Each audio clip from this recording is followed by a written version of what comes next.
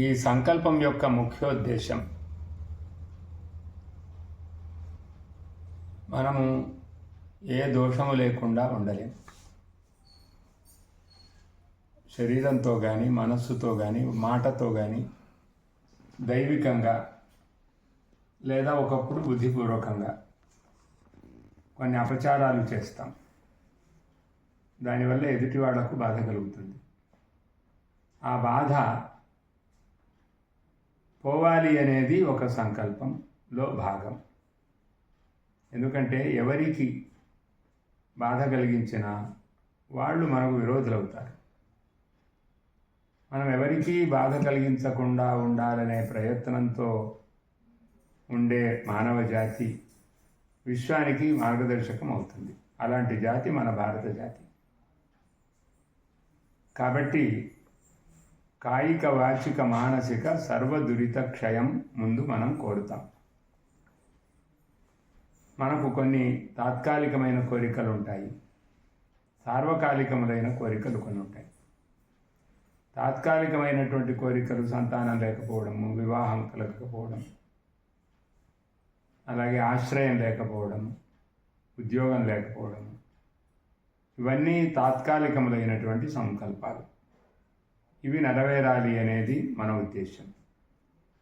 సార్వకాలికములైన కోరికలు కూడా కొన్ని ఉంటాయి. ఎప్పుడు అవసరం, మనమంతా కలిసి ఉండడం చాలా అవసరం. ఆపదలో ఎలా కలిసి ఉంటామో అదేవిధంగా సంపదలో కూడా అలాగే కలిసి ఉండాలి. ఈ రెండు మనకు ఎప్పుడు ఈ లోకంలో అనివార్యమైనటువంటి మహాశక్తులు. భారతదేశం ఒక్కటే ధర్మము, అర్థము, కామము, మోక్షము అనే 4 పురుషార్థాలను ఒప్పుకుంటుంది, గమనిస్తుంది, ఆలోచిస్తుంది. ఇతర స్థానాలలో కేవలం కామపురుషార్థం ఎక్కువగా ఉంటుంది. కొన్ని చోట్లలో అర్థము, కామము 2 ఉంటాయి తప్ప మోక్షం అనేది కానీ, ధర్మం అనేది కానీ అక్కడ ఉండదు. ధర్మం అంటే ఎదుటివాళ్ళు చెప్పకుండా మనము చేయదగిన పరోపకారం, దేవతా ఉపకారం. కాబట్టి దేవతలకు, ఇతర ప్రాణులకు మనము అప్రయత్నంగా సేవ చేసిన వాళ్ళం కావాలి. ఇదే మనుష్య నిర్మాణానికి భగవంతుని యొక్క ప్రేరణ. లేకపోతే మనుష్యుడు కూడా ఆహార, నిద్ర, భయాదులను మాత్రమే కోరితే మనుష్యునికి విశిష్టత్వం ఉండదు. కాబట్టి జ్ఞానము కలిగి ఉండాలి, ధర్మము కలిగి ఉండాలి. కాబట్టి ధర్మ, అర్థ, కామ, మోక్షములనేవి 4 పురుషార్థాలు మనకుంటాయి. మిగతా ప్రాంతాలలో, మిగతా దేశాలలో కేవలం అర్థకామాలు మాత్రమే ఉంటాయి. కనుక 4 కావాలి. మన అర్థకామాలు ధర్మ అవిరుద్ధంగా ఉంటాయి. ఇంతేకాకుండా పూర్వము నుంచి ఋషులు జ్ఞానం అంటే ఆత్మజ్ఞానం పట్ల, విజ్ఞానం అంటే వివిధములైన సౌకర్యాలను కలిగింపచేసేటువంటి యాంత్రిక, తాంత్రిక, మాంత్రిక ప్రయోగాలను విజ్ఞానం అని అంటాం. ఈ రెండింటినీ కూడా కోరిన వారే మనవారు, మన పూర్వులు. దీనికి వివేకము చాలా అవసరము, వైరాగ్యము కూడా చాలా అవసరం. కాబట్టి జ్ఞానము, విజ్ఞానము, వివేకము, వైరాగ్యము ఈ 4 మనకు సిద్ధించాలి. ఇక ప్రస్తుత సమాజంలో మనము ధర్మానికి దూరం అయ్యాం కనుక ఇప్పుడు ముఖ్యంగా ఒక 50-60 ఏళ్ల దాకా ఈ సంకల్పాన్ని మనం చేయాలి. ఎందుకంటే 300-400 సంవత్సరాల నుంచి, 500-600 సంవత్సరాల నుంచి క్రమంగా మనము ధర్మానికి దూరమైపోతున్నాం. ఇప్పుడు కేవలం పశువులకు మనకు ఏమాత్రం భేదం లేదన్నట్లుగా మన యొక్క ప్రవర్తన ఉంటుంది. కొంతమంది మహానుభావులు ఎక్కడో ఒక చోట కేవలము తపస్సును చేస్తూ, యజ్ఞయాగాదులను చేస్తూ, తర్వాత దానాదులు చేస్తూ లోకాన్ని రక్షిస్తూ ఉన్నారు కొంతమంది మాత్రం. వాళ్ళ వల్ల మాత్రమే నిలబడింది మన జీవలోకం ఇప్పటికి కూడా. అధర్మము వస్తే ఈ లోకానికి మళ్ళీ ప్రళయమే. కాబట్టి ధర్మము వల్ల లోకాన్ని రక్షించుకోవాల్సినటువంటి అవసరం ఉంది. కాబట్టే ముందు మన ధర్మము మనకు తెలియాలి, మనకుండే అజ్ఞానం పోవాలి, మనకు జ్ఞానం కలగాలి. ధర్మానికి గ్లాని ఏర్పడింది. ధర్మం అంటే దేవోపకారము, సర్వప్రాణ్యుపకారము. ఈ రెండు లక్ష్యాలు చెడిపోయినాయి కాబట్టి ధర్మ గ్లాని ఏర్పడింది. అధర్మ అభ్యుత్థితి ఏర్పడింది. తన స్వార్థమే ప్రధానంగా పెరిగింది. ఇది ఎవరైనా ఆలోచిస్తున్నది నాకేమిటి అని ఇప్పుడు విశేషంగా ఈ కాలంలో ఆలోచిస్తున్నాం మనం. తమ శరీరాన్ని గురించి, నశ్వరమైన శరీరాన్ని గురించి, దీని భోగం గురించి ఎక్కువగా ఆలోచిస్తున్నాం అజ్ఞానంతోనే. కాబట్టి అజ్ఞానము నివృత్తి కావాలి, ధర్మ గ్లాని తొలగిపోవాలి, అధర్మం పెరగడం కూడా తొలగిపోవాలి. ధర్మస్థాపన చాలా అవసరం.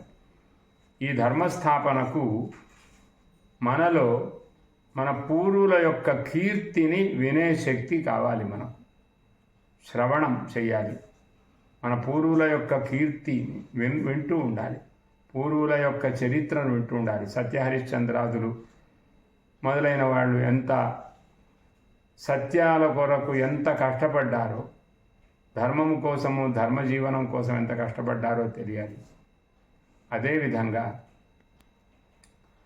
ఆధునికులైనటువంటి ఋషితుల్యులైనటువంటి మహానుభావులు ప్రాణాలను అర్పించి దేశం యొక్క స్వాతంత్ర్యం కోసం ప్రయత్నం చేసిన మహనీయుల యొక్క చరిత్రను కూడా మనం వినాలి. అది మనలో జీర్ణం కావాలి. కాబట్టి పూర్వుల యొక్క యశస్సు మనలో నిండాలి. దానితో పాటు ధైర్యం మనకు పెరగాలి. ధైర్యముతో పాటు ఔదార్యము భావం కూడా పెరగాలి. మనం ఇవ్వాలి అనుకోవడం ఔదార్యము, మనము చెయ్యాలి అనుకోవడం అనేది ధైర్యం. దీనికి ఉత్సాహం చాలా అవసరం. శాస్త్రముల మీద, మన ఋషుల మీద శ్రద్ధ కూడా చాలా అవసరం. మన వేదముల, శాస్త్రముల పట్ల, ధర్మశాస్త్రముల పట్ల చక్కని విశ్వాసం కూడా అవసరం. మనకు సద్గుణాలు రావడం కూడా చాలా అవసరం. ఇది ఈ సంకల్పంలో ముఖ్యంగా ప్రాథమికంగా కోరుతున్నాం.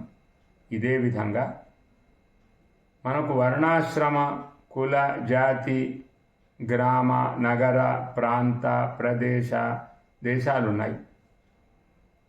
ఈ శరీరం ఎక్కడైతే, మన చైతన్యం ఎక్కడైతే ఉందో, ఏ శరీరంలో ఉందో ఆ శరీరం వర్ణం. అదేవిధంగా ఏ వయస్సులో ఉందో ఆ వయస్సు ఆశ్రమం. తర్వాత ఏ పూర్వ పితృ ఆచారము, మాతృ ఆచారము, పరంపర ఉందో అది కులం. దేనివల్ల మనము బ్రతుకును సాగనిస్తున్నామో ఆ బ్రతుకు సాధించడానికి చేసే పని జాతి. ఏ ఊళ్ళో ఇవన్నీ ఉన్నప్పటికీ కూడా కలిసి మనం ఉంటామో అది మన గ్రామం. ఒకళ్ళనొకళ్ళు మన వృత్తుల చేత సహకారం చేసుకుంటాం. వీటికి ఆలంబనంగా మహారాజులుండే చోటు, రాజులుండే చోటు, అధికారులుండే చోటు, నాయకులుండే చోటును నగరం అంటాం. అలాగే ఇలాంటి నగరాలు ఎన్నో కలిసి మనము గుర్తుపట్టగలిగిన, తెలియదగినంత మేర ఏ ప్రాంతం అయితే ఉందో అది మన ప్రాంతం అని మనం అంటాం. తర్వాత భాషాపరంగా ఈ కాలంలో మనం విభాగం చేసుకున్నాము. అందువల్ల అనేకములైనటువంటి భాషలు పోయినాయి. ఆ భాషలకు ఉనికి లేదు. కొన్ని 56 భాషలు కనీసం ఉండేవి. కానీ ఇప్పుడు ఒక 25 మాత్రమే భాషలు మనకు ఉన్నాయి. కనుక ఒక భాషతో సంబంధించినటువంటిదిగా మనము తీర్చిదిద్దుకొని ప్రదేశమని పిలుస్తున్నాం. నిజానికి నదుల యొక్క మధ్యన ఉండేటువంటి దానిని ప్రదేశం అంటారు. 2 నదుల మధ్యలో ఉండేటువంటి ప్రదేశం ఏదైనా సరే. మహానదులు మన దేశంలో ఎన్నో ఉన్నాయి. ఆయా నదీ మధ్యాలలో ఉండే వాటిని ప్రదేశం అంటాం. దేశం అంటే ఇవన్నీ ఈ సంస్కృతులను, ఈ సంస్కారాలను కలిగి నైష్ఠికత, వేదపరత, శాస్త్రపరత అంతా సమానంగా ఉండి పరస్పరం ధర్మశాస్త్రము చేత కలపబడి ఇంతమందిని ఒకే సంప్రదాయముతో ఏ దేశంలో అయితే ఉన్నామో ఆ దేశము మన దేశం. కాబట్టి వీటన్నింటి మీద మనకు భక్తి ఉండాలి. మన శరీరం మీద భక్తి ఉండాలి, మనం ఉండే వయస్సు మీద భక్తి ఉండాలి, మనము చేసేటువంటి మన తల్లిదండ్రులు చేసేటువంటి వృత్తుల మీద మనకు భక్తి ఉండాలి, మన జాతి మీద భక్తి ఉండాలి, మన గ్రామం మీద, మన నగరం మీద, మన ప్రాంతం మీద, మన ప్రదేశం మీద, మన దేశం మీద మనకు భక్తి ఉండాలి. ఇది పెరగాలి కూడా. సో మనకు ఇష్టమైన దేవత ఉంటారు. ప్రతి గ్రామంలో ఇష్టదేవత, వ్యక్తికి ఉండేటువంటి దేవతను ఇష్టదేవత అంటాము. మనందరికీ మన పూర్వము నుంచి వచ్చినటువంటి దేవతను కులదేవత అంటాము. మన గ్రామాల్లో అందరినీ సమానంగా రక్షించేటువంటి గ్రామదేవతలను గ్రామదేవత అంటాము. మొత్తం ఇలాంటి సంప్రదాయాలు కలిగినటువంటి భారతమాత మనకు మహామాతృదేవత. అంతేకాకుండా ఈ విశ్వము, ప్రపంచము అంతా కూడా ఒకే భూమి. ఆ భూమికి మనం పుత్రులమని అనుకుంటాము.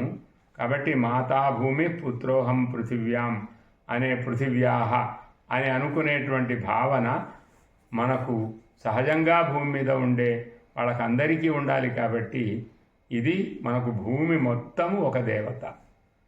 ఈ దేవతలందరి పట్ల మనకు భక్తి కలగాలి.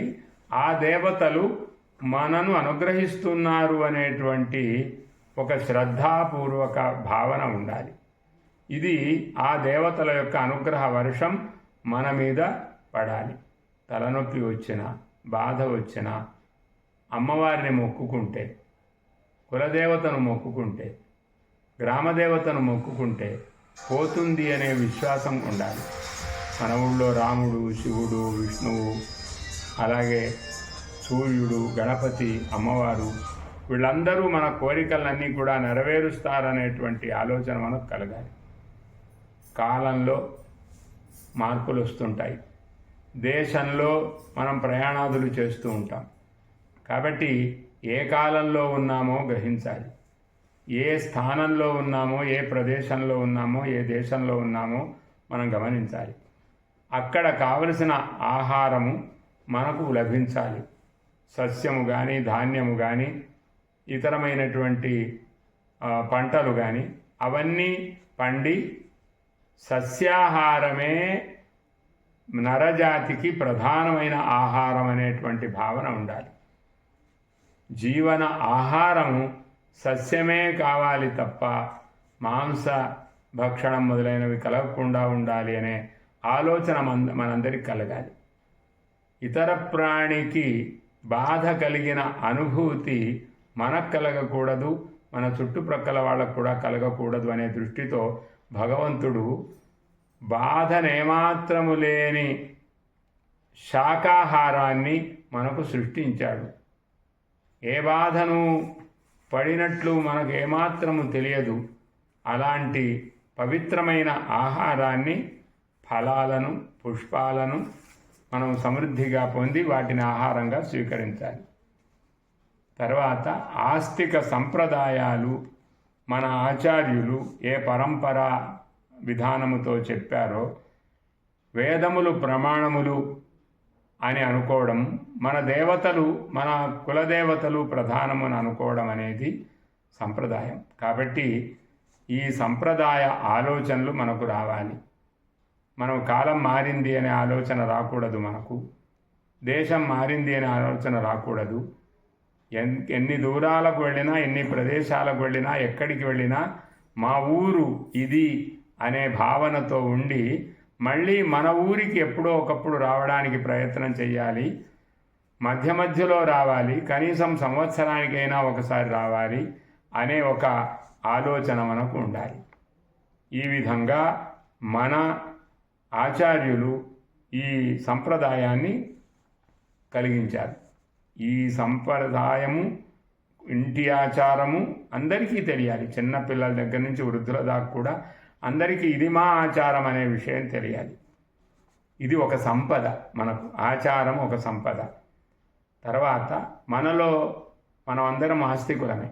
కానీ ఆస్తికులమైన మనము ఇంకొకరు ఆస్తికులైతే వాళ్ళ ఆస్తికత్వాన్ని మనం గౌరవించము, మన ఆస్తికత్వాన్ని వాళ్ళు గౌరవించరు. ఇలాంటి కారణాల వల్ల మనకు అంతఃకలహాలు ఏర్పడతాయి. కాబట్టి మనము ఇతరుల యొక్క ఆచారాన్ని, వాళ్ళ ఇంటి ఆచారాన్ని మనం గౌరవించాలి, మన ఇంటి ఆచారాన్ని వాళ్ళు గౌరవించాలి. ఈ విధంగా మనకెవరికి విరోధాలు ఉండవు. దీనివల్ల తెలియకుండా మనకు నాస్తికత్వం తొలగిపోతుంది. నాస్తికత్వం అనేది ఎందుకు తొలగాలి? నాస్తికులు కూడా మనుషులే కదా అని మనకు ఆలోచన రావచ్చు. కానీ నాస్తికులు అధర్మ ప్రేరణ వల్ల, చిన్నప్పుడు ఉపదేశము పొందకపోవడం వల్ల, సరి అయిన కాలములో మార్గదర్శనము లేకపోవడం వల్ల వాళ్ళ స్వంత ఆలోచన కలిగి వాళ్ళు నాస్తికులయ్యారు. చెప్పేవారు లేకపోతే ఎవరు చెప్పినా వాళ్ళు చెప్పింది గొప్పది అని అనుకుంటాము. కానీ ఎవరో ఒకరు చెప్పకపోతే ఆస్తికత్వము రాదు, నాస్తికత్వము కూడా రాదు. ఎదుటివారికి ఉపకారం చేయడమే నా జాతి గొప్పతనం అని ఆలోచించే వాళ్ళందరూ ఆస్తికులు. ఎదుటి వాళ్ళంతా కూడా నాకు సేవ చేయాలి, వాళ్ళంతా నాకు అపకారము చేశారు అనే భావనతో ప్రవృత్తి పొందేటువంటి వాళ్ళు, రాగద్వేషాలను ఎక్కువగా పొందేటువంటి వాళ్ళు, కోపమును ఎక్కువగా పొంది సమాజాన్ని నశింపజేయాలి అని అనుకునేటువంటి వాళ్ళు నాస్తికులు అవుతారు. కాబట్టి అలాంటి నాస్తికులకు సద్బుద్ధి కలగాలని, మన ఆస్తికులకు ఐకమత్యము కలగాలి అనే ఈ రెండు ఆలోచనలను మనం కలిగి పొందాలి. కనుక ఈ కాలంలో ఇది చాలా అవసరం. కాబట్టి నాస్తిక బలము తగ్గాలి, ఆస్తిక బలం పెరగాలి. ఎక్కువ మంది ఆస్తికులైతే నాస్తిక బలము తనంతట తానే తగ్గుతుంది. చిన్నప్పటి నుంచి మనం ఉపదేశించకపోతే అమ్మ ఉన్నది, నాన్న ఉన్నాడనే విషయమైనా కూడా తెలియాలి కదా. అది లేకపోవడమే నాస్తికత్వం. నాకెవ్వరూ లేరు, నాకు చెప్పేవారు అవసరం లేదు అనే భావన, నా ఇష్టం వచ్చినట్టుగా ప్రవర్తిస్తాను, ఇష్టం వచ్చినట్టుగా అంటాను అనేటువంటి ఆలోచన ఏదైతే ఉందో అది దోషయుక్తపు ఆలోచన. నాకు తల్లిదండ్రులు ఉన్నారు, గురువులు ఉన్నారు, ఆచార్యులు ఉన్నారు, పురోహితులు ఉన్నారు, అలాగే సమాజం ఉంది, నా వెంట సమాజం ఉంది, నేను వాళ్ళ వెంట ఉండాలి అనే భావమే ఆస్తికత. ఇవి వృద్ధి పొందాలి. సంధ్యావందనము, రోజు చేసేటువంటి పనులు కొన్ని ఉంటాయి. అనుష్ఠానము, పూజ, జపము, తర్పణము, అలాగే దేవతా పూజ, గోవులను పోషించడము, తులసిని సేవించడము, పంటలను వృద్ధి చేసుకోవడము, అలాగే గోవులతో వ్యవసాయం చేయడము, గోవులను రక్షించుకోవడము, తద్వారా జీవనము పవిత్రమవుతుంది. ఇలాంటి పవిత్రమైనటువంటి వ్యవహారాలను నిత్య కర్మలు అని అంటారు.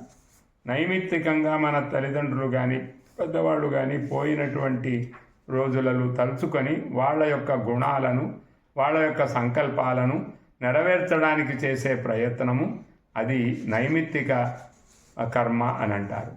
మనకు అవసరమైనటువంటి కోరికలను పొందడానికి కామ్య కర్మలు కొన్ని ఉంటాయి.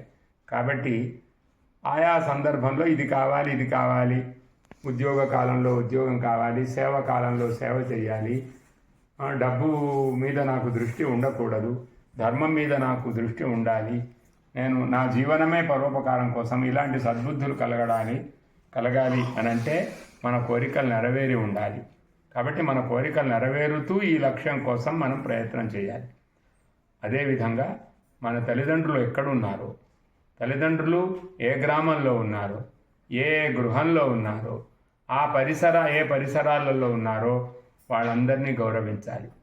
అలాగే అక్కడ ఉండే వృద్ధులను, వయస్సు మళ్ళిన వాళ్ళను, పెద్దవాళ్ళను, అక్కడ నివాసం చేస్తుండే వాళ్ళను మనము సేవ చేయాలి.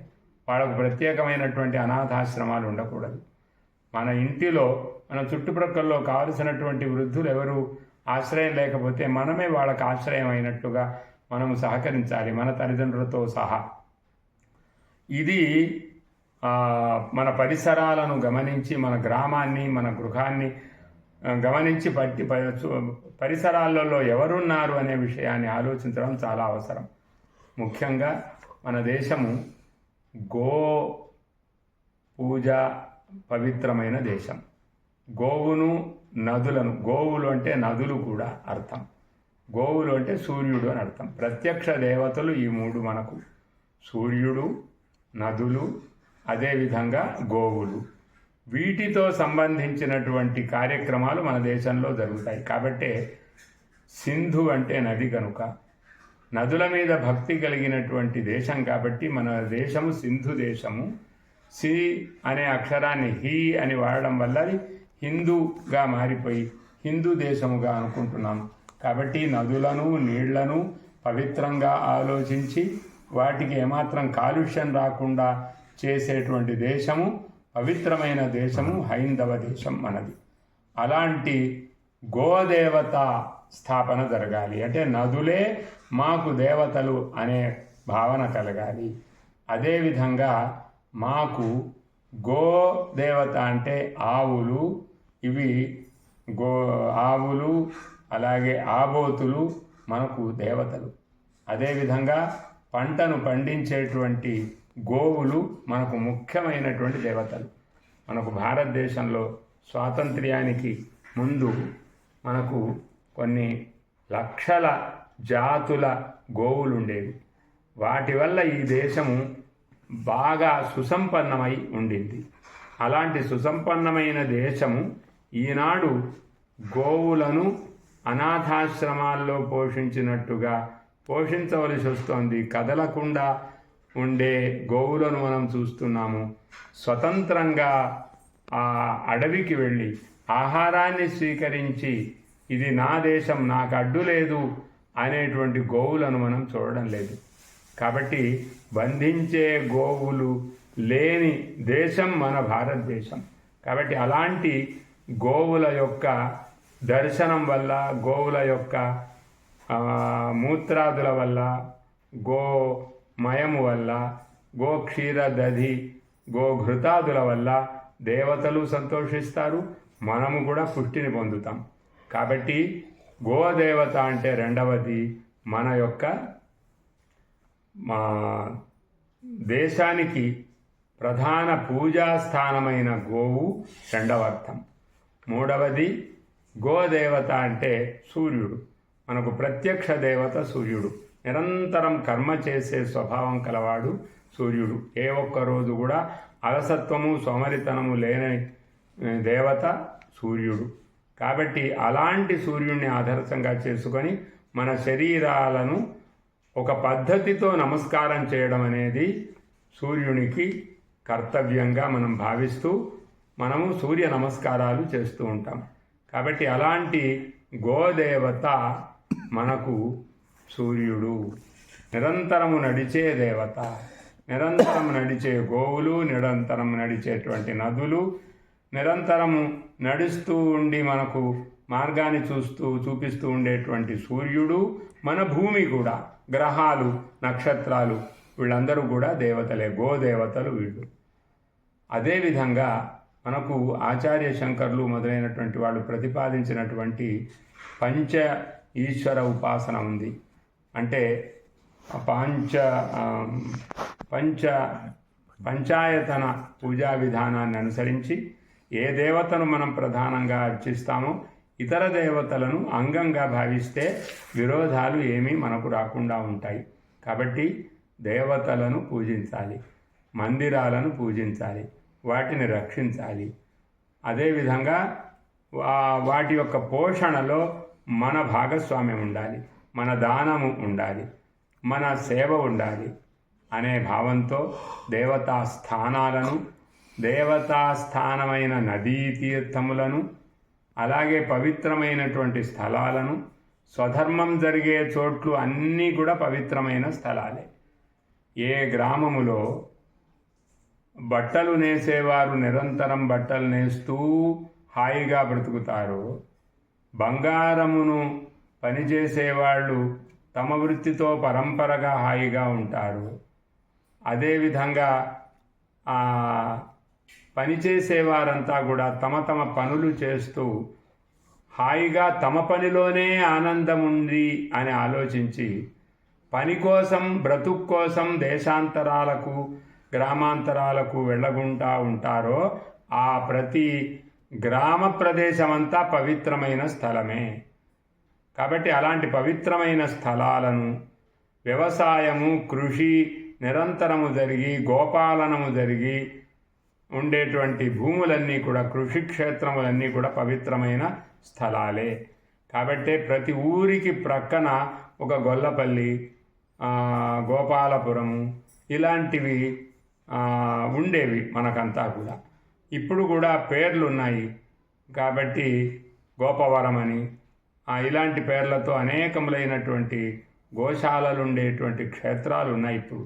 అదేవిధంగా సస్యక్షేత్రాలు, ఈ క్షేత్రాలలో ఇళ్ళు కట్టడం అనేది తగ్గించాలి. మనము పూర్వం అనూచానంగా ఉండేటువంటి ఇళ్లల్లోనే ఉండడానికి ప్రయత్నం చేయాలి, అక్కడే వృద్ధి చేయాలి తప్ప వ్యవసాయ క్షేత్రాలను వేటిని కూడా అమ్ముకోవడం కానీ, లేకపోతే వ్యవసాయానికి పనికిరాదనేటువంటి భావమును పొంది మనము వ్యవసాయానికి దూరం కాకుండా ఉండాలి. కనుక కృషి క్షేత్ర స్థానాలు ఎప్పుడు ఏవి ఒక 50-60 సంవత్సరాల క్రితం ఎలా ఉన్నాయో అలాగే వాటి యొక్క వృద్ధి యథాపూర్వకంగా జరగాలి అనేది మన యొక్క ఉత్తమమైన ఉద్దేశం.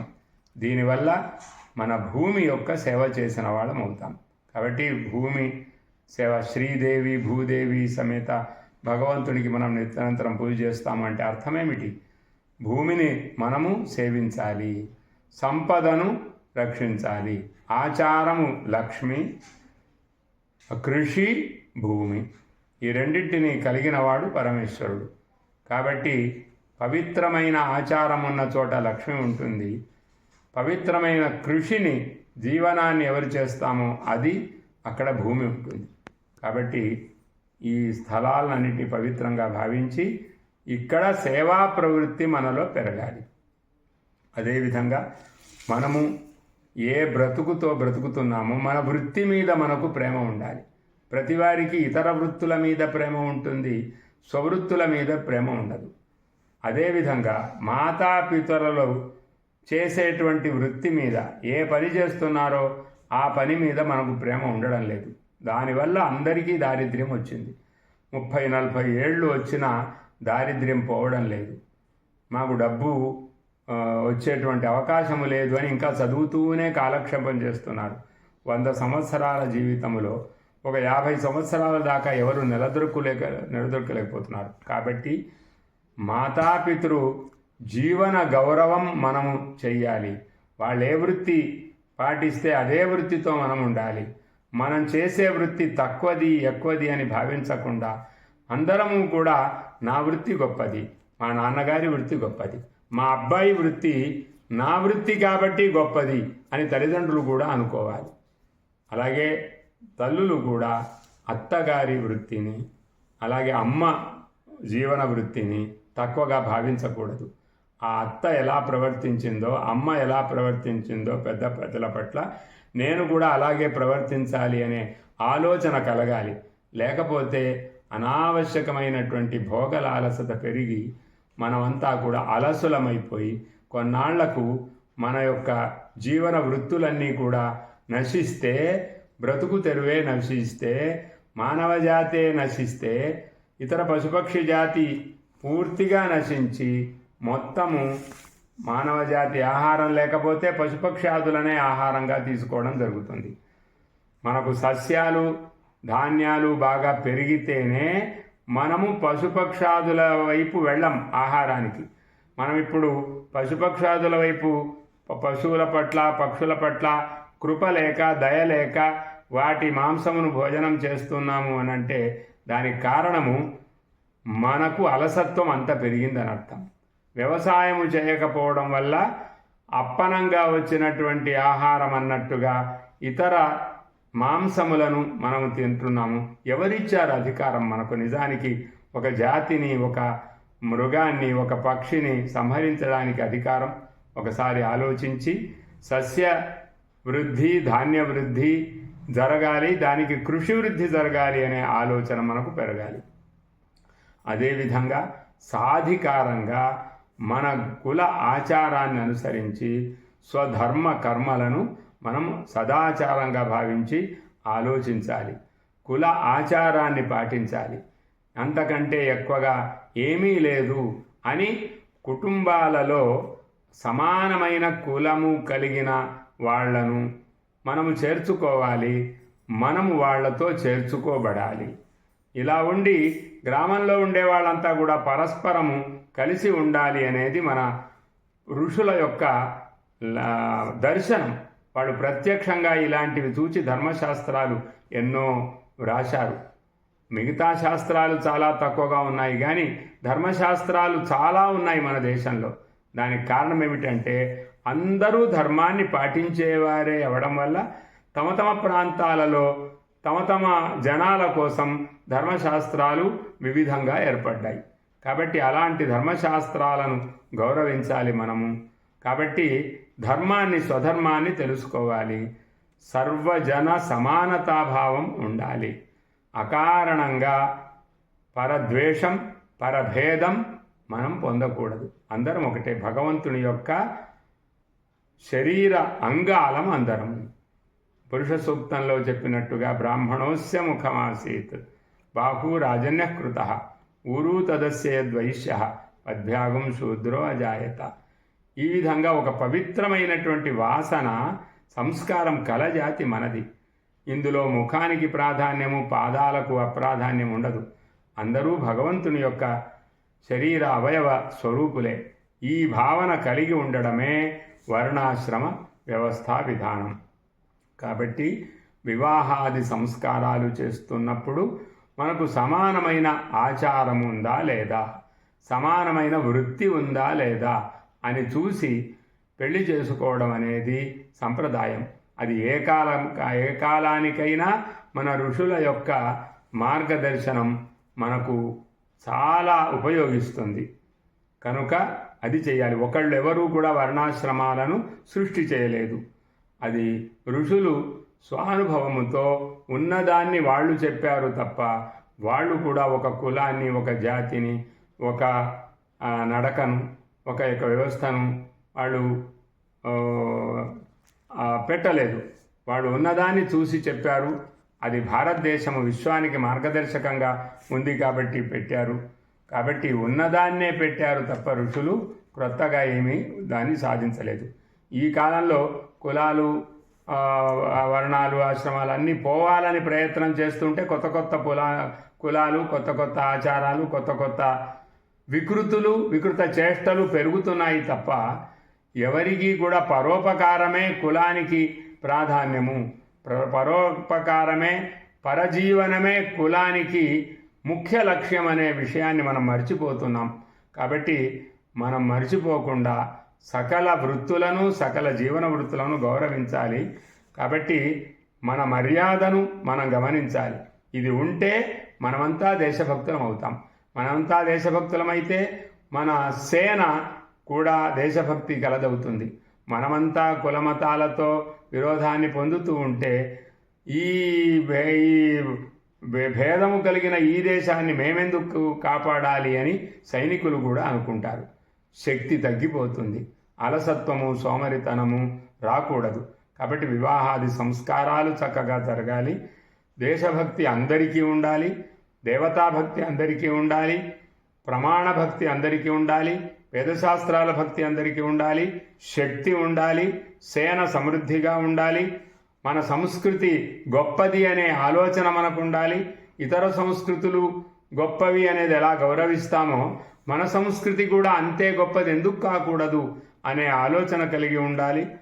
తర్వాత ఇవన్నీ కూడా కలిగి ఉండడం కోసమే ఒక భాషతో అన్ని ప్రాంతాలలో ఈ ధర్మము చెప్పబడింది. ఆ భాష సంస్కృత భాష. అది ప్రాంతీయమైన మన మాతృభాషలతో అది వ్యాప్తి చేయబడింది.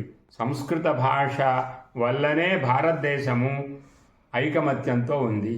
సంస్కృత భాషలో చెప్పబడినటువంటి సూత్రాలు, ధర్మాలు, జ్ఞానాలు, అనుష్ఠానాలు, కర్మలు వీటన్నింటి వల్లనే, వాటి వ్యాప్తి వల్లనే అన్ని ప్రాంతాలు బాగున్నాయి, అన్ని ప్రాంతాలు సబలంగా ఉన్నాయి.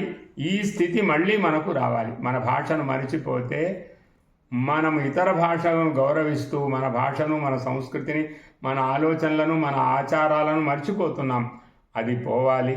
కాబట్టి స్వస్థాన ప్రీతి, స్వసంప్రదాయ ప్రీతి, వేష ప్రీతి, స్వభాషా ప్రీతి 3 కావాలి అని నన్నయ్య గారు కూడా చెప్పారు. కాబట్టి అలా కవులు చెప్పారు, ఆ విధంగా ఉండే జీవనాన్ని కోరారు. కాబట్టి ఋషులు కూడా అదే విషయాన్ని కోరారు. కాబట్టి మన భాషను గౌరవించాలి, మన స్థానాన్ని గౌరవించుకోవాలి, మన భారత స్థానాన్ని గౌరవించుకోవాలి, మన వేషాన్ని గౌరవించుకోవాలి. మన దేశం యొక్క విశిష్టత 6 ఋతువులు సమానంగా ఉంటాయి. ఇలాంటి దేశం ఎక్కడా లేదు. కొన్ని కేవలం చలి దేశాలు, కొన్ని కేవలం వేడి దేశాలు, కొన్ని కేవలముగా ఉండేటువంటి భిన్న భిన్న 4 ఋతువులు కలిగిన దేశాలు కొన్ని. కానీ అన్ని ఋతువులు 6 ఋతువులు కలిగిన దేశం ఏకైకం భారతదేశం. కాబట్టి దాని మీద ప్రీతి ఉండాలి. ఆరుష వాంగ్మయం మీద ప్రీతి ఉండాలి. పురాణాలు, ఇతిహాసాలు, వేదాలు వీటిపైన గౌరవం ఉండాలి. వాటి అర్థము మనకు తెలిసి ఉండాలి, ఆలోచనలు ఉండాలి. వాస్తవమైన సత్య చరిత్రను మనం అర్థం చేసుకోవాలి. కల్పితమైన చరిత్రలను వినడం తగ్గించుకోవాలి. సద్గ్రంథాలను పఠించాలి. గురువులను, పెద్దలను చెప్పే గ్రంథాలను, దేవతలను చెప్పే గ్రంథాలను, స్థానాన్ని గురించి చెప్పే గ్రంథాలను వీటిని మనం పఠించాలి. ఏ దేశం వాళ్ళు, ఏ ప్రాంతం వాళ్ళు ఆయా ప్రాంతానికి, ఆయా దేశానికి సంబంధించిన అనుష్ఠానాల్ని, ఆచారాల్ని వాళ్ళు ఆచరించవచ్చు, అవి నేర్పవచ్చు. కానీ ఇతర దేశాలలో మన మతం ఉండాలని కానీ, మన దేశంలో ఇతర మతం ఉండాలని కానీ మనం ఆలోచించకూడదు.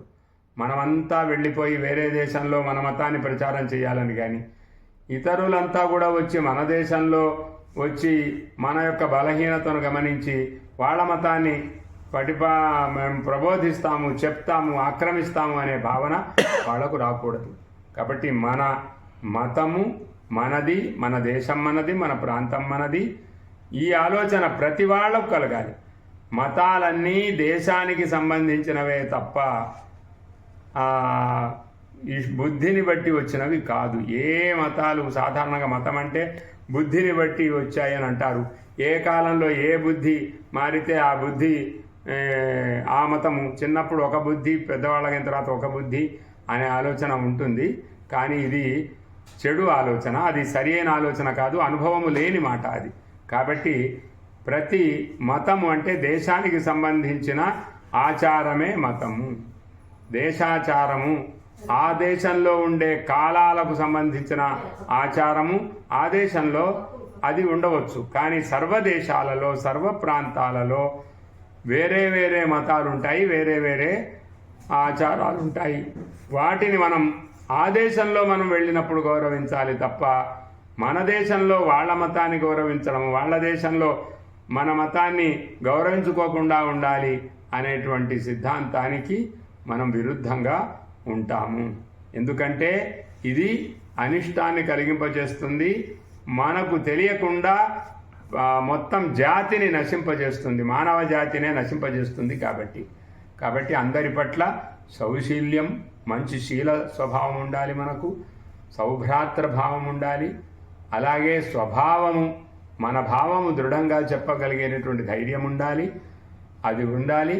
విశ్వములో ఇవన్నీ కలిగి ఉండడమే ఇప్పటికీ కూడా భారతదేశం పట్ల గౌరవం ఏర్పడడానికి కారణము. ఇన్ని విషయాలు కలిగి ఉండడం వల్లనే భారతదేశానికి గౌరవం ఉంది. భారతదేశం అంటే ఎవరు? భారతీయ జనతనే భారతదేశం. భారతీయ జనత అంటే జన సమూహం. భారతీయ జన సమూహము ధర్మము ప్రధానంగా ఆలోచించేటువంటి సమూహం. కాబట్టి ప్రతి మనిషికి గురుత్వం రావాలి. భారతదేశానికి గురుత్వం రావడం అంటే ప్రతి మనిషి ఒక ఆదర్శకరమైనటువంటి వాతావరణంతో, ఆదర్శమైన ఆచరణతో, ఆదర్శమైన సంతృప్తితో ఉండాలి. కాబట్టి అది అలాంటి సత్ప్రవృత్తి మనకు కలగడం అనేదే మనకు ముఖ్యంగా కోరుతున్నాం. ముఖ్యంగా మాతృదేవోభవ అని వేదములలో, శాస్త్రములో చెప్పబడింది. కాబట్టి లలనా జనముల పట్ల, అంటే స్త్రీ జనాల పట్ల ఇతర దేశాలలో చాలా అగౌరవం ఉంది. పురుషులు పూర్తి వేషమును వేసుకుంటుంటారు, స్త్రీలను బట్టలు లేకుండా చూపిస్తూ ఉంటారు. అలా ఉండడమే మాకు కర్తవ్యమేమో అని వాళ్ళు భ్రమపడుతూ ఉంటారు. వాళ్ళకు కూడా చలి ఉంటుంది, వాళ్ళకు కూడా ఇతరమైనటువంటి ఇబ్బందులు ఉంటాయి. కానీ వాళ్ళు ఇది మా దేశవేషం అనుకొని అజ్ఞానంతో కానీ మరొక జ్ఞానంతో కానీ అవయవాలను ప్రదర్శించడం అనేటువంటి ఒక వికృతి స్వభావముతో పురుషులు అక్కడ ఏర్పాటు చేశారు స్త్రీలను. అగౌరవం అనేది, స్త్రీలను గౌరవించకపోవడం అనేది ఇతర దేశాల్లోనే ఉంది. కానీ కేవలం భారతదేశంలో చిన్నప్పుడు పుట్టిన చిన్న అమ్మాయిని కూడా అమ్మా అని సంబోధిస్తాము. యువతి అయినటువంటి అమ్మాయిని కూడా అమ్మా అని సంబోధిస్తాము. పెద్దవాళ్లను కూడా అమ్మా అని సంబోధిస్తాము. ఒక్క పెళ్లి చేసుకున్న తర్వాత ఒక్క భార్య పట్ల మాత్రము అమ్మ అని కొన్నాళ్ళు మాత్రము మనము అనము తప్ప, అక్కడ కూడా మనకు శాశ్వతంగా సంతానార్థమై మన సంకల్పం ఉంటుంది కనుక ఆ కొంతకాలం మాత్రము భార్యాభావంతో ఉంటాము తప్ప అందరి పట్ల మాతృభావన, స్త్రీలందరి పట్ల మాతృభావన కలిగే ఏకైక జాతి మనది. అలాంటి భావనను ఇప్పుడు పోగొట్టుకుంటున్నాము. ఇతర దేశాల యొక్క విజ్ఞానము అనబడేటువంటి వికృత విజ్ఞానం పెరగడం వల్ల, ఈ చలవాణులు మొదలైనవన్నీ కూడా వికృత విజ్ఞాన చేష్టలవి. ఈ వికృత విజ్ఞానము పెరగడం వల్ల చూడకూడని వాటిని చూచి, చూడవలసిన వాటిని చూడక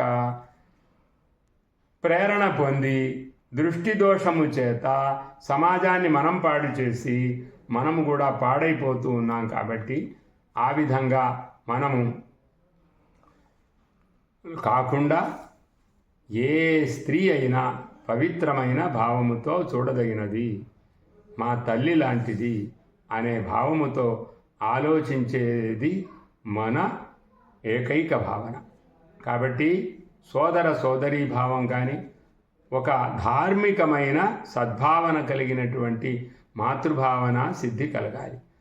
సర్వ ప్రాణులకు, ఒక ప్రాణి పట్ల ఇంకొక ప్రాణికి, అంటే మనుష్యులకు విశేషంగా దోష దృష్టి ఉండకూడదు. ఇతర ప్రాణుల పట్ల కూడా సద్భావన ఉండాలి. మనం ఎలా బ్రతకాలో అవి కూడా బ్రతకాలి కదా, మనం ఎలా బాధపడతామో అవి కూడా బాధపడతాయి కదా అనే ఆలోచన మనకు కలగాలి. కాబట్టి హింసా ప్రవృత్తి మనకు ఏమాత్రం లేకుండా ఉండాలి. హింస నుండి అందరము దూరం కావాలి. ఇలా విశ్వ కళ్యాణము కలిగిస్తుంది మన దేశం యొక్క వ్యవస్థ. అలాంటి సకల చేతన జీవనం కావాలి మనకు. జ్ఞానులైనటువంటి సత్కవుల యొక్క ప్రేరణ జరగాలి. అదేవిధంగా పండితులైన సద్బుధుల యొక్క ప్రేరణ జరగాలి. వాళ్ళు ఆలోచించి అందించినటువంటి సదాచారముల పట్ల ప్రేమ జరగాలి. సర్వ సద్గురు పీఠములను పరిరక్షించేటువంటి మహాగురువులు ఎవరైతే ఉన్నారో, మహాసన్నిధానములు వారెవరైతే ఉన్నారో వాళ్ళందరినీ కూడా మనం గౌరవించి మహాస్వాములను, మహా సన్నిధానముల వారిని, అదేవిధంగా మహాపీఠాధిపతులను గౌరవించి వారి ద్వారా భేదము లేని ఐక్యాన్ని మనం పొందాలి. ఇవన్నీ వైదిక కర్మల పట్ల మనకు విశ్వాసం కలిగి ఉండాలి.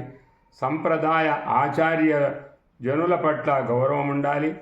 గౌరవం అంటే విశ్వాసం కలిగి వాడు చెప్పినది సత్యమని నమ్మాలి. యువకులు ఎవరు ఇప్పుడు వినేవాళ్ళు లేరు. కాబట్టి మనము పెద్దల యొక్క మాట వింటూ ఆచరణము చేసి మన పిల్లలకే మనము పెద్దల యొక్క మాట వింటున్నట్టుగా మనం అర్థం అయ్యేటట్టుగా ప్రవర్తించాలి. కాబట్టి యువకులైనటువంటి వాళ్ళు పిల్లలను ప్రవర్తింపజేయాలి, యువకులేమో పెద్దలను అనుసరించాలి. ఈ విధంగా భారతదేశం ఒక పవిత్రమైన ప్రజాస్వామ్య వ్యవస్థ కలిగినటువంటి దేశంగా పూర్వం ఏ కీర్తిని పొందిందో అదో కీర్తితో ఉండాలి. అమాయకంగా ఐకమత్యము లేనివారు అనేటువంటి ఒక అప్రతిష్టను మనం పొందకూడదు. అమాయకంగా మనము ఇతర దేశాల వేషాల భాషల యొక్క సంస్కృతే గొప్పది అని మనం ఆలోచించకూడదు. మన దేశం వారం మన భాషను గౌరవించుకోవాలి, మన మాతృభాషను గౌరవించుకోవాలి, మన స్థానాన్ని గౌరవించుకోవాలి, మన యొక్క వ్యవస్థను గౌరవించుకోవాలి, మన యొక్క వేషాన్ని గౌరవించుకోవాలి. ఎవరిని ఎవరు నిందించకూడదు. ఈ భావన కలిగి ఉండడం కోసమే ఈ సంకల్పం. కాబట్టి ఇలాంటి మహాసంకల్పముతో మనము 10,000 పర్యాయము గాయత్రి జపము చేయాలి అని మనస్సులో అనుకొని జీవనంలో ఒక్కసారైనా మొత్తం మీద 10,000 గాయత్రి జపాన్ని చేయగలుగుతామా లేదా అని మనం పరీక్షించుకుంటూ తొందరగా ఆ 10,000 గాయత్రి పూర్తి చేయాలి అని రోజు కొంత వీలైనంత జపాన్ని చేస్తూ మనం ముందుకు సాగాలి. ఇలా సాగుతూ మనలో ఒక ఏకానుష్ఠానం ఒకే సమయానికి మనం చెయ్యాలి. ముఖ్యంగా ప్రతిరోజు ఉదయం 6 గంటలకు మనము చెయ్యాలి. అది సంధ్యా సమయం కాబట్టి సూర్యునికి అర్ఘ్యం ఇవ్వాలి. తర్వాత సూర్యుడు పరమాత్మ అనే ముఖ్యమైన సంధ్యా ధ్యానము చేయాలి. అదేవిధంగా సద్బుద్ధిని ప్రేరణ చెయ్యాలి అనబడే అర్థము కలిగినటువంటి గాయత్రి మంత్రార్థము కలిగినటువంటి గాయత్రి మంత్రాన్ని జపించాలి. గురువులు ఉపదేశించినటువంటి ఏ మంత్రమైనా మనకు గాయత్రి మంత్రమే తప్ప ప్రసిద్ధంగా ఉన్నది మాత్రమే గాయత్రి మంత్రం కాదు. ఎక్కడ పడితే అక్కడ వినిపించబడేది గాయత్రి మంత్రము కాదు. కాబట్టి ఒక సాంప్రదాయికంగా తల్లిదండ్రులు వాళ్ళు ద్విజులై వాళ్ళ సంస్కారముతో వాళ్ళు పరంపరగా ఉపనయనము చేస్తూ అదేవిధంగా ఉపనయన సంస్కారం పెళ్లికి అంగంగా కాకుండా ఒక ప్రత్యేక అనుష్ఠానం కోసం బ్రహ్మచర్యం కోసం కొన్నాళ్ళు బ్రహ్మచర్యం ఉండాలి అని ఉపాసనను నేర్పించేటువంటి గాయత్రి మంత్రం ఏమిటంటే మన గురువులు మనకు ఏది ఉపదేశం చేస్తే మన తల్లిదండ్రులు ఏది ఉపదేశం చేస్తే అది మనకు గాయత్రి మంత్రంగా భావించి ఈ గాయత్రి మంత్రాన్ని అందరూ కూడా ఉపాసన చేయవచ్చు. కానీ సామూహికంగా ఉపదేశం చేయబడినది గాయత్రి మంత్రం కాదు. ఈ విషయాన్ని మనం అర్థం చేసుకొని గాయత్రి జపం చేయడం వల్ల గాయంతం త్రాయత ఇది గాయత్రి. ఏ దేవత మనకు రక్షకం కాదు, ఏ దేవుడు మనకు వరమివ్వడు, ఏ దేవుడు మనకు కోరికనివ్వడు. మనకు గ్రామదేవత పట్ల భక్తితో అమ్మా నాకు సుఖమునివ్వు, నాకు శాంతినివ్వు, నేను చేసే పనిలో నాకు మెలకువనివ్వు అని కోరితే అది మా గాయత్రి మంత్రం కాదా? తల్లిదండ్రులు చెప్పిన మాట రామునికి మొక్కుకో, కృష్ణునికి మొక్కుకో అనే మాట గాయత్రి మంత్రం కాదా? కాబట్టి ఈ విషయాన్ని భ్రమతో కాకుండా భ్రమతో మనం స్వీకరించి మనమంతా గాయత్రి మంత్రం చెయ్యాలి. మన గాయత్రి మంత్రాన్ని అకారణంగా ఎవరికి బయటికి ఉచ్చరించడానికి ప్రయత్నం చేయకూడదు. ఉపాంశువుగా గాయత్రి మంత్రం జపించాలి అని ఉంది సంప్రదాయం. ఉపాంశు అంటే నిద్ర రాకుండా ఉండడానికి పెదవులు కదులుతూ ఉండాలి, శబ్దం మీద దృష్టి ఉండాలి అని అర్థం. తర్వాత మనస్సులో అర్థభావన ఉండాలి. గాయత్రి మంత్రం యొక్క ముఖ్య అర్థభావన ఏమిటంటే యో దేవస్సవిత అస్మాకం ధియో ధర్మాదిగోచరా ప్రేరయేత్ తస్య యద్భర్గః తద్వరేణ్యముపాస్మహే. ఏ సవితృదేవత, ఏ సూర్యుడు, ప్రధాన దేవత భారతీయులకు అందుకోసమే సూర్యుడు. సూర్యుడు నిరంతర కర్మాభిమాని, నిరంతర అనాలస్య మార్గదర్శకుడు, ఎప్పుడూ సోమరితనం లేనటువంటి వాడు సూర్యుడు. అలా సాధించడమే భారతీయులకు సూర్యదేవతాకత్వం. కాబట్టి ఆ సవిత మనకు సద్బుద్ధులను ప్రేరణ చెయ్యాలి. అంటే తాను ఎలా నిరంతరం నడుస్తూ ఉన్నాడో అదేవిధంగా ప్రజలందరినీ కూడా నిరంతరం పని కోసం నడిచేవాళ్ళుగా చెయ్యాలి. వాళ్లకు కోరికలు అంటే అవసరాలు ఎక్కువగా ఉండకూడదు. అనివార్యమైన అవసరం ఏమిటి అంటే సంతానం. అనివార్యమైన అవసరము ఒక ఇల్లు, ఒక నీడ. అనివార్యమైనటువంటి అవసరము ఒక భోజనం.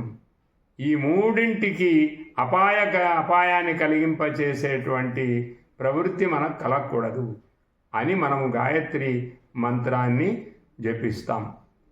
మనము ఈ అర్థముతో జపిస్తే అందరూ కూడా ఈ అర్థాన్ని కలిగి ఏ మంత్రం చెప్పినా కూడా అది గాయత్రి మంత్రం అవుతుంది. కాబట్టి అనేక గాయత్రులు ఉన్నాయి. అన్ని గాయత్రులలో లక్ష్యము లేదు. గాయత్రి మంత్రం అనపడేటువంటి ఉపనయ సమయంలో ఏ మంత్రాన్ని మనం స్వీకరించామో దానిలోనే లక్ష్యం ఉంది. అన్ని గాయత్రులు అనబడే చోట ప్రచోదయాత్ అని ఉండే ప్రతి చోట కూడా ఏమి ప్రచోదయాత్తో లేదు. ప్రచోదయాత్ అంటే ప్రేరేపించుగాక. ఏమి ప్రేరేపించాలి? ధియః, బుద్ధులను ప్రేరేపించాలి అనేటువంటిది ఒక్క పితృపదిష్టమైన లేదా గురూపదిష్టమైన గాయత్రి మంత్రంలో మాత్రమే ఉంది. కనుక యో దేవస్సవిత అస్మాకం ధియో ధర్మాదిగోచరా ప్రేరయేత్ తస్య యద్భర్గః తద్వరేణ్యముపాస్మహే అని ఏ సవితృదేవత మాకు సద్బుద్ధులను ప్రేరణ చేస్తాడో అలాంటి ప్రేరణ చేసేటువంటి దేవత యొక్క తేజస్సును మేము ధ్యానిస్తున్నాము అనేది మనకు గాయత్రి మంత్రం. కాబట్టే సర్వ చైతన్య రూపాం తాం ఆద్యాం విద్యాం చ ధీమహి బుద్ధిం యానః ప్రచోదయాత్ అని వ్యాసుల వారు అందరికీ ఈ గాయత్రి మంత్రాన్ని ఉపదేశించారు. సర్వ చైతన్య రూపాం తాం ఆద్యాం విద్యాం చ ధీమహి బుద్ధిం యానః ప్రచోదయాత్ అని దేవీ భాగవతంలో వ్యాసుల వారు చెప్పినటువంటి ఈ మంత్రము ప్రతి స్త్రీ కూడా, ప్రతి మనిషి కూడా ఈ మంత్రాన్ని జపించవచ్చు. ఇలా మనం అందరము కలిసి గురూపదిష్టమైనటువంటి మంత్రముగా భావించి ఈ గాయత్రి మంత్రాన్ని జపిద్దాము. మహిళలు అనబడేటువంటి మన మాతృదేవతలు అందరూ కూడా లలితా సహస్రనామ స్తోత్రమును ఎక్కువగా పారాయణం చేస్తుంటారు. కాబట్టి వారు కూడా ఈ లలితా సహస్రనామ స్తోత్రంలో దోషాలు లేకుండా, వేగము లేకుండా, అవ్వాలి అనేటువంటి తొందర లేకుండా 5 వాక్యాలు 5 నామాలు చదివినా లలితా సహస్రనామ స్తోత్ర పారాయణం అవుతుంది. కానీ 10 నిమిషాల్లో 5 నిమిషాల్లో అర్థం మీద దృష్టి లేకుండా, శబ్దం మీద దృష్టి లేకుండా తప్పుల తడకతో మనము పఠించకూడదు. ఏ మంత్రాన్ని కూడా, గాయత్రి జపాన్ని కూడా అంతే. కాబట్టి పెద్దలు, వేద పండితుల దగ్గర సస్వరముగా గాయత్రి మంత్రాన్ని తెలుసుకోవాలి. అదేవిధంగా నిర్దుష్టంగా పెద్దల ద్వారా ఉపదేశాన్ని పొంది లలితా సహస్రనామ స్తోత్రాన్ని కూడా మనం పఠించాలి. భర్త యొక్క ఉపదేశముతో భార్యకు ఉపదేశం అవుతుంది, మంత్రోపదేశం అయినట్టే. తండ్రి వల్ల కూతురికి, కొడుకుకు కూడా మంత్రోపదేశము జరుగుతుంది. కాబట్టి ఇంకెవరూ కూడా ప్రమాణములు కారు. భార్యకు భర్తే ప్రధానము, అలాగే పిల్లలకు అందరికీ కూడా తల్లిదండ్రులు ప్రమాణం. కాబట్టి తల్లిదండ్రులు ఏ మంత్రం చెబితే అదే మంత్రం మనకు మంత్రం. దేవతా విశ్వాసము వల్ల చాలా సమస్యలకు పరిహారం జరుగుతుంది. మనకు అనావశ్యకమైన చింతలు ఎందుకు వస్తున్నాయంటే మంత్ర జపము చేయకపోవడం వల్ల. అనావశ్యకమైన ఆలోచనలు ఎందుకు వస్తున్నాయంటే మంత్ర జపము చేయకపోవడం వల్ల, దేవతా సమీపంలో కూర్చోకపోవడం వల్ల. కాబట్టి దయచేసి ప్రతి దినము 10 నిమిషాల నుండి అరగంట వరకు సంధ్యా సమయంలో కూర్చుందాం. 6 గంటలకే ఈ గాయత్రి మంత్రాన్ని చేద్దాం. ఎంతవరకు వీలైతే ఓపిక ఉంటే అంతవరకు కూర్చొని సమాన శిరోగ్రీవులమై గాయత్రి మంత్రాన్ని జపం చేద్దాం. ధైర్యముతో చేద్దాం. శుభం భూయాత్.